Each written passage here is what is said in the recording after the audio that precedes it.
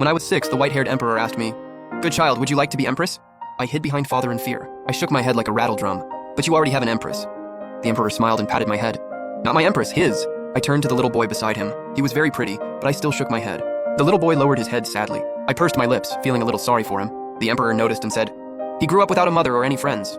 Before long, I'll have to leave him too. He's all alone. The palace is huge and he cries at night. Could you stay here and keep him company for me?" "All right, but father, aren't we going home for osmanthus cakes later?"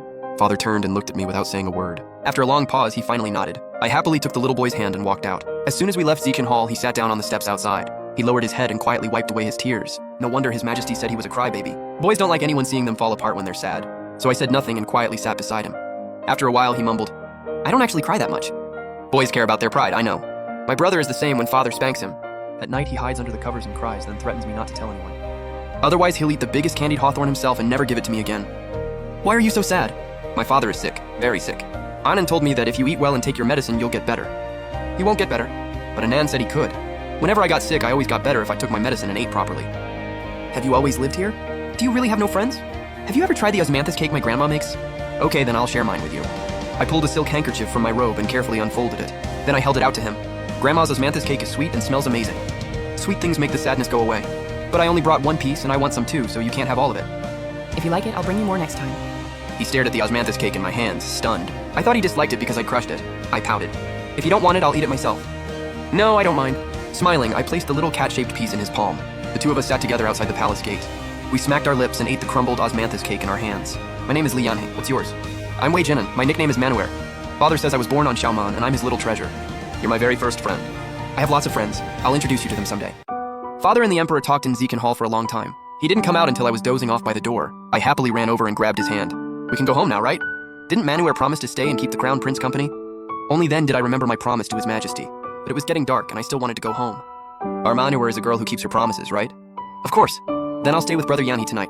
Father, remember to pick me up tomorrow." Father smiled at me, but for some reason his eyes filled with tears. He choked out a yes. I had never seen Father cry. He must have hated leaving me. I raised my little hand and wiped away his tears. "Don't cry, Father. Manuer will be home tomorrow." "Manuer, don't be afraid when things happen. Father will always be here." "I'm not scared. I'm the bravest."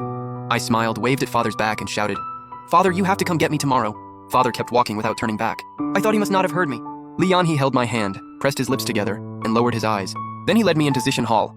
Only then did Father turn back. He stood there watching for a long time, inside Zekin Hall. His Majesty sat on the dragon throne. Li Yanhei sat beside him, listening as His Majesty taught him how to be a good emperor. I sat on His Majesty's other side. I didn't understand, but I listened carefully anyway. My brother said that even if I didn't understand the teacher, I should pretend I did. The Liang family has always been loyal to the throne and devoted to the country. When you face a difficult decision, consult the junior tutor. But if the junior tutor returns home, he won't go home so easily. My grandfather is very healthy. He loves working. "Jinan, if your grandfather returns home, you won't see him anymore." Grandfather said he'd always stay with me and watch me grow up. Father spends most of the year guarding the frontier. My other grandfather died in battle when I was born. When I was 3, grandmother said she missed him. Then she went to sleep and never woke up. After that, grandfather took my brother and me to live with him. Like Li Yanhei, I don't have a mother. She died giving birth to me. Grandfather says I look like mother and I'm just as cute as she was. I'm his little treasure, so grandfather loves me very much. He holds me while I practice calligraphy. He patiently explains the stories in books that I don't understand. And when my brother bullies me, he spanks him. That's why he won't go back home. He'll always stay with me. But I didn't go home tonight. I wondered if grandfather and brother missed me. And did Anand save me a piece of osmanthus cake? His Majesty talked on and on. The longer he spoke, the redder Li Yanhei's eyes grew. In the end, he burst into tears. His Majesty's eyes reddened as he patted the boy's shoulder. I didn't understand why he was so sad. The Emperor waited until Li Yanhei stopped crying, then spoke to him for a long time. It seemed like they would never run out of things to say, and I slowly drifted off. In my dream, Mother picked me up. Her arms were soft and smelled sweet. I instinctively grabbed her collar and nuzzled into her arms. The capital was chilly in late autumn.